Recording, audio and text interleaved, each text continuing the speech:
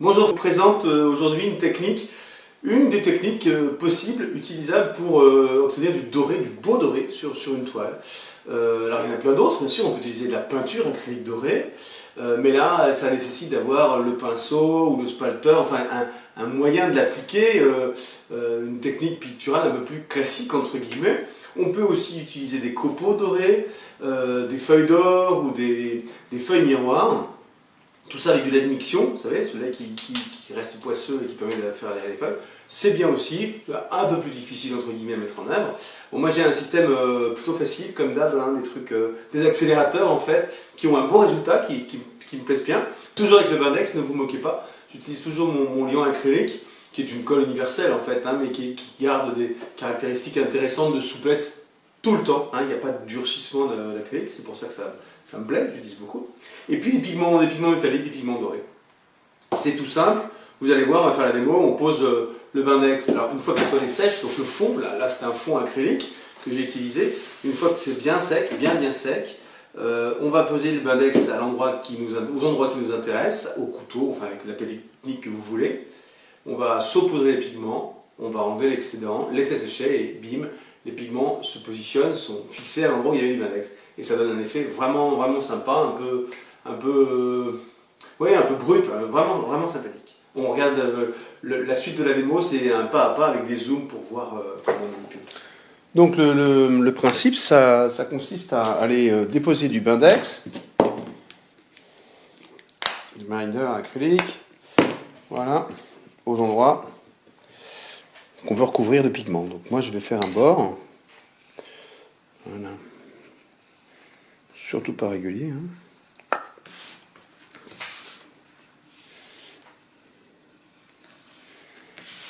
Plus on est régulier et plus ça va ressembler à ce qu'on pourrait faire en le peignant. Donc l'intérêt c'est l'irrégularité. Voilà.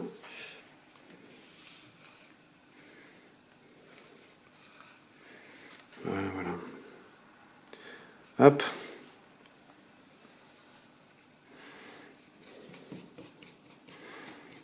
Je veille à ce que ce soit justement pas de la même... voilà. Hein, et on fait quand même un bord. Voilà. C'est tout simple. Et ensuite, on va aller poser le pigment métallique. Moi je vais le saupoudrer, je saupoudre en fait. Aux endroits... voilà. Si vous me dites que ça c'est compliqué, là, c'est désespérant. Hein, c'est vraiment super simple. Il faut que la toile soit complètement sèche. Hein, il faut que tout le reste soit bien sec. Sinon, en fait, le pigment va adhérer, va se coller partout où vous avez des surfaces un peu humides et surtout avec des surfaces collantes. Voilà, comme ça. Voilà. Ensuite, je me suis bien pris garde de prendre une surface de protection. Et ensuite, on fait disparaître le surplus. Mais ça ressemble encore à rien pour l'instant parce qu'on n'a pas fait sécher l'ensemble. Voilà, et la dernière étape, donc une fois sec ou séché, ben ça va consister à aller enlever l'excès, donc à brosser la toile pour faire disparaître le pigment de tous les endroits où il n'est pas venu adhérer. Et effectivement, on voit apparaître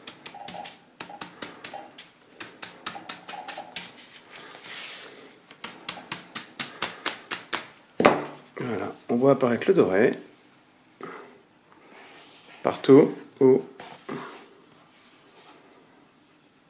le Bindex a été posé, avec des effets super sympas et naturels, quoi, très naturel, assez brut.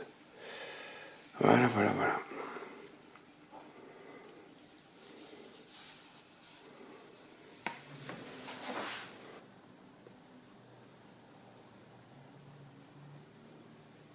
Voilà, il n'y a pas plus simple, je crois, hein, pour pouvoir déposer des pigments dorés ou des éléments dorés de manière un peu brute comme ça sur une toile. C'est bien, soyez attentifs donc, à ce que la toile soit bien sèche avant de faire cette opération, sinon le pigment va adhérer sur plein d'autres endroits. N'en mettez pas trop, mettez juste ce qu'il faut. En fait, une petite dose de pigment en tapotant va bien pénétrer dans le liant et va bien donner cet effet métallique. Voilà. C'est tout. Merci beaucoup et à bientôt.